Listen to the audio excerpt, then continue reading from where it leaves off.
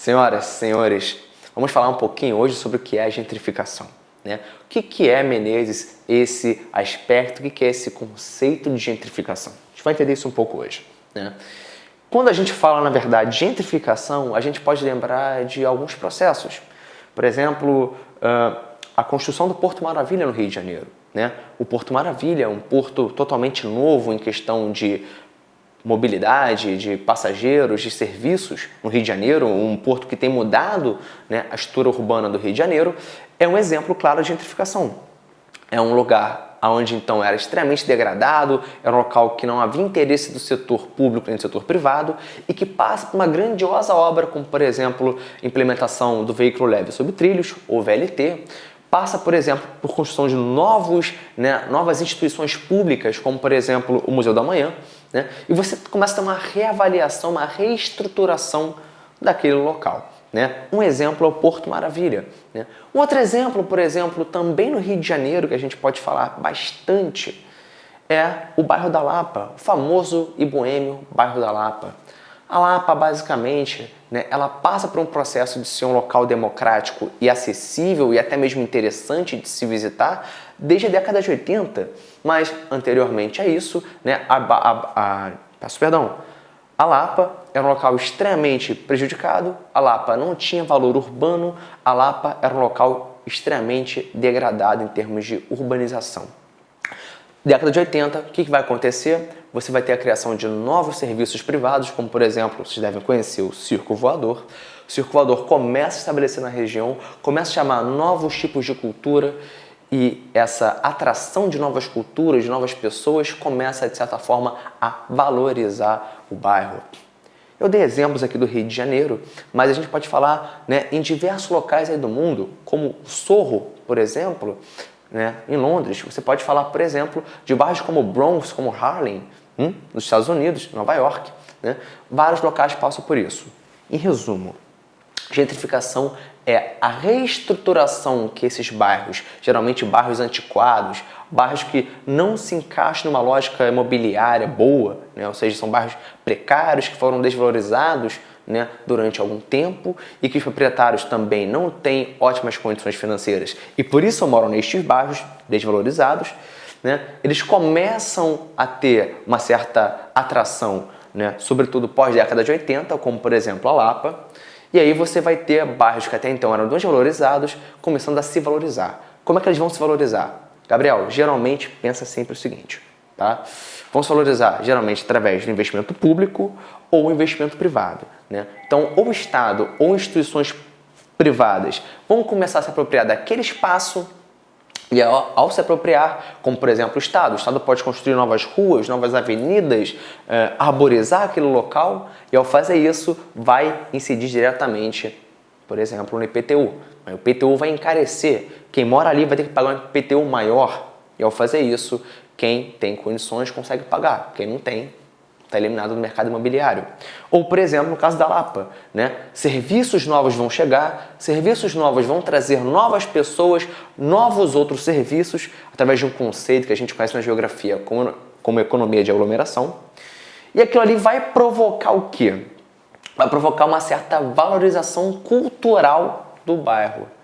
Quando você começa a ter essa valorização cultural, você também começa a ter novos investimentos privados e também públicos para dar suporte àquele local. Dando suporte àquele local, você evidentemente tem um encarecimento.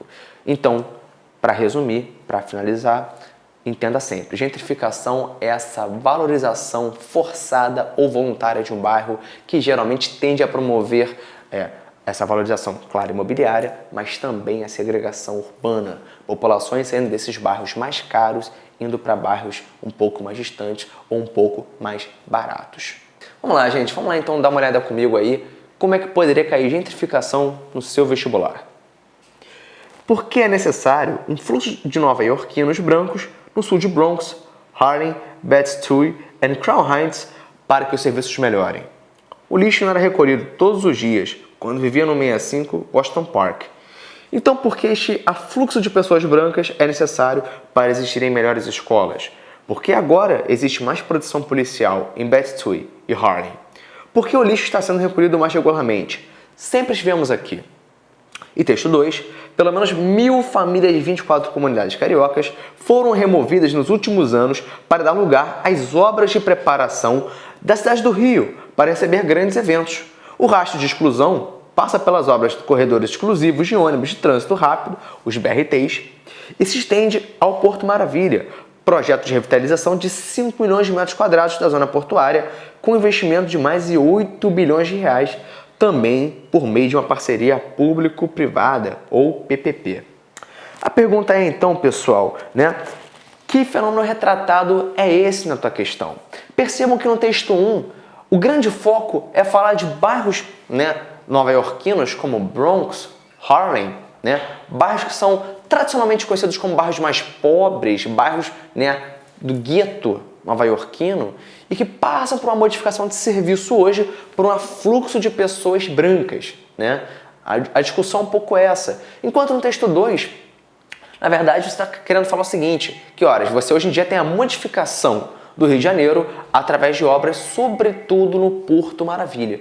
Vejam que nos dois lugares, a noção de valor do espaço está mudando. No primeiro, agora eu tenho mais serviços ali. Agora eu tenho melhor coleta de lixo, agora eu tenho melhor também educação. Veja. E no segundo exemplo, no segundo texto, eu tenho amplas mudanças e amplo investimento do setor público e privado naquela região ali do Porto Maravilha. Então ambas as noções ali estão falando sobre a gentrificação. Só para a gente dar uma olhadinha nas questões, vamos olhar aí as respostas. Letra A, divisão territorial do trabalho. Cara, divisão territorial do trabalho é o seguinte, Pensa em bairros que, na verdade, vão se destacar ou se diferenciar pela questão salarial, Ou seja, gerentes, presidentes, ou seja lá o que for, eles moram num bairro geralmente o quê? Mais caro, com o valor do metro quadrado um pouquinho mais caro. Por exemplo, vamos colocar no caso do Rio de Janeiro, Copacabana, tudo bem? E aí, por exemplo, você vai ter bairros cada vez mais diferenciados de acordo com a classe trabalhadora, com a classe proletária que ali vive. Alguns serão mais setor terciário, outros setor mais secundário, de repente até primário. É uma diferença aí realmente em relação a como o trabalho, a como a renda de cada classe trabalhadora vai definir os diversos espaços urbanos. Tudo bem? Vamos para a letra B, hierarquia urbana. Cara, nada a ver. Hierarquia urbana é quando eu tenho uma ligação de uma cidade para outra, tudo bem?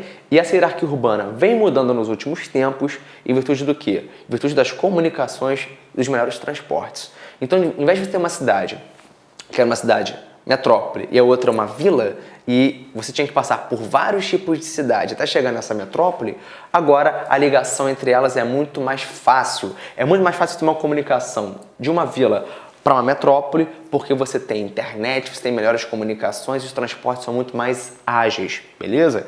Vamos passar a letra C aí, que a gente até viu que é a resposta, Vamos para a letra D, conurbação. Esquece isso. Conurbação nada mais é do que o quê? Do que a expansão econômica e espacial entre duas cidades, ou entre dois bairros, que seja, É quando dois locais se espraiam e acabam se tornando somente um fisicamente e também economicamente. É a chamada conurbação. E por fim a letra E, êxodo urbano. Êxodo urbano tem a ver o quê? Com a saída em massa de um grupo social para uma região, pode ser rural ou uma outra região que senão aquele centro urbano. Tudo bem, Gabriel? Bom, se você gentrifica, tem gente sendo expulsa? Sim. Verdade, tem gente que não tem condições de morar num local mais caro que acaba sendo expulsa. Mas isso não implica, obrigatoriamente, em haver um êxodo urbano. Você pode ter um êxodo, sim, mas de um bairro, geralmente, para outro. Tão urbano, quanto o local de origem, tudo bem? Então, nosso gabarito aí é letra C. Tá legal? Beijo, nos vemos na próxima aí.